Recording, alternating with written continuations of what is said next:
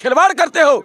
ये सरकार है कि ड्रामा है कि मजाक बना के रखे हैं? नरेंद्र मोदी जी सरकार नहीं, एक नौटंकी पार्टी चला रहे हैं, एक सर्कस चला रहे हैं।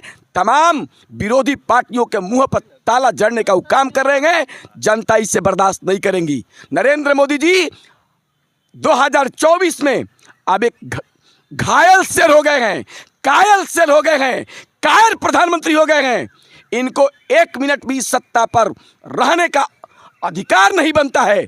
जो आदमी देश के युवाओं के भविष्य को बर्बाद कर रहा है उसे प्रधानमंत्री आप कह रहे हैं।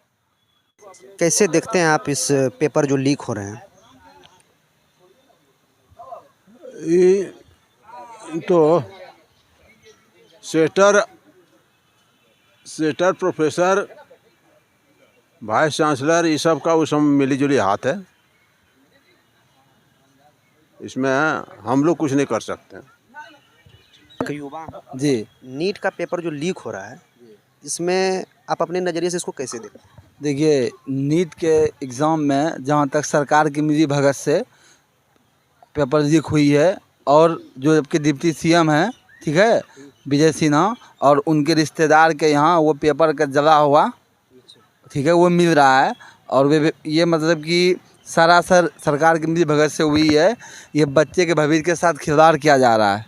बच्चे तो एग्ज़ाम दिए ही, ठीक है, जो बच्चे मेहनत किए वो एग्ज़ाम दिए, कुछ लोग उसको गड़बड़ करना चाहे, जो गड़बड़ हुआ। ये बच्चे के भविष्य के साथ खिलवाड़ किया जा रहा है।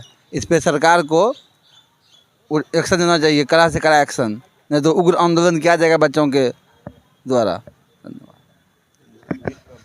नीचे की तरफ जा रहा है, और इस पर आप इसको क्या कहिएगा? कैसे युवाओं को फिर जो देखिए, इसका सीधा सीधी है, जब तक सरकार जागरूक नहीं होगी, केंद्र सरकार, राज्य सरकार की विफलताएं उनकी संवेदनहीनता का प्रतीक है कि आज इस तरह के पेपर लीक हो रहे हैं। सिर्फ पेपर लीक की बात नहीं है और सिर्फ नीट की बात नहीं है। इस देश में अब तक कम से कम केंद्र सरकार के अंदर में 45 परीक्षाएं हुई, 4500 पेपर की सारी परीक्षाएं रद्द और आपको लीक हो गई।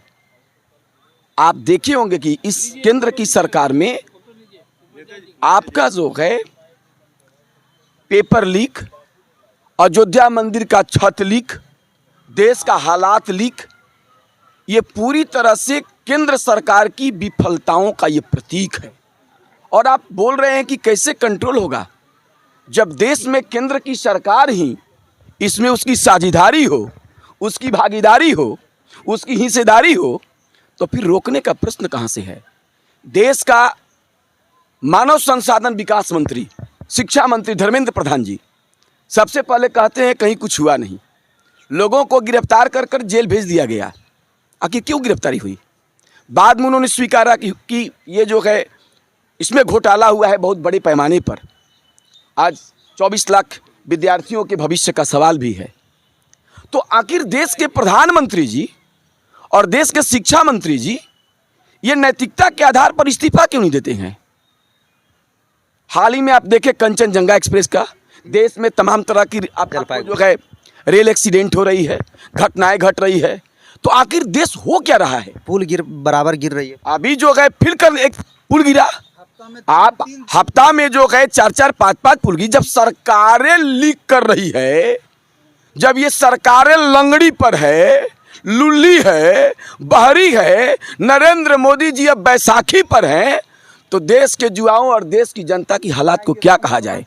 देखिए, आज हम युवा एकता सामाजिक संगठन और एक आम कार्यकर्ता होने के नाते हम आह्वान करते हैं कि अगर केंद्र की सरकार, इस तानाशाही सरकार और लोकतंत्र में बैठे हमारे जो स्पीकर साहब है, उस लोकतंत्र के मंदिर में जिस तरह से अपने अमर्यादित भाषाओं को लेकर वो अपमानित हो रहे हैं और उनकी बॉडी लैंग्वेज की जो बात हो रही है, जिस तरह से सदन चला रहे तानाशाही रवैये से, ये देश की जनता देख रही है। और अगर वो नहीं सुधरे तो देश की जनता रोड पर आएगी। और ओम बिरला जी क्या कितने बिरलों को यहां से खदेड़ करके और वो उस तानाशाही सरकार को सरकार गिराने में विफल होगी। अब नरेंद्र मोदी जी को और देश की जनता ये कहने जा रही है कि अब आप ये देखिए कि पहले सरकार गिरती है कि पहले बिरला गिरते हैं। क्या साहब आपने मजाक बना कर रख दिया है? प्रतिपक्ष के नेता का माइक बंद करते हो, देश के युवाओं के भविष्य के साथ पेपर लीक कर खिलवाड़ करते हो। ये सरकार है कि ड्रामा है कि मजाक बना के रखे हैं?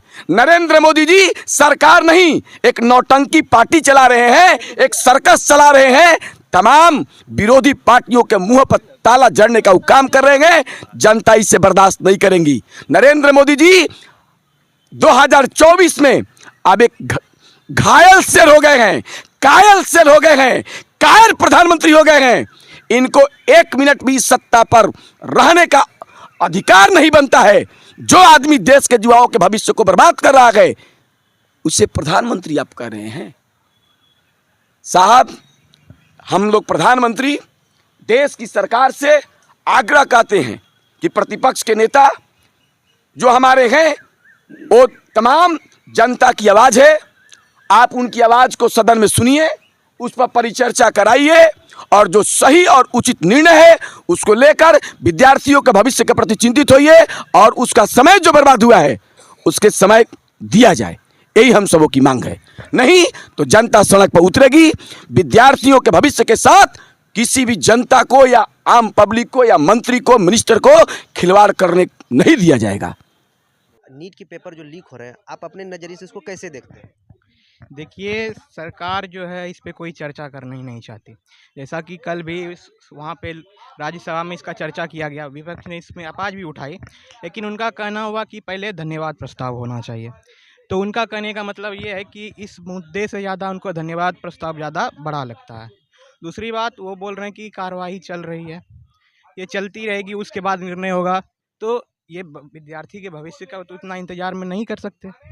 बाकी आप फैसला कर देते हैं कि नीट फिर से दिया जाएगा।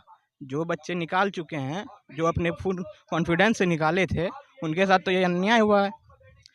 दूसरी बात ये है कि जब उनके खिलाफ कुछ आवाज़ उठाता है तो उनके सभी एमपी एमएलए बोलते हैं कि नहीं, ये विपक्ष बेमुद्दे की बात कर रही है।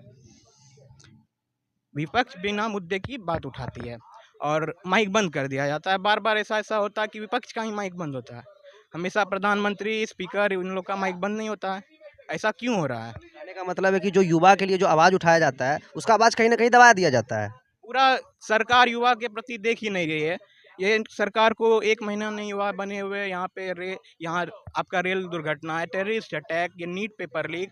और नीट का पेपर तो बार बार लीक होता ही है, बाकी सभी पेपर, इतने एग्ज़ाम होते हैं यूपी में जितने एग्जाम हुए अभी, हाँ, जितना बिहार पुलिस, ये सब तो रेगुलर बेसिस पे लीक होता है।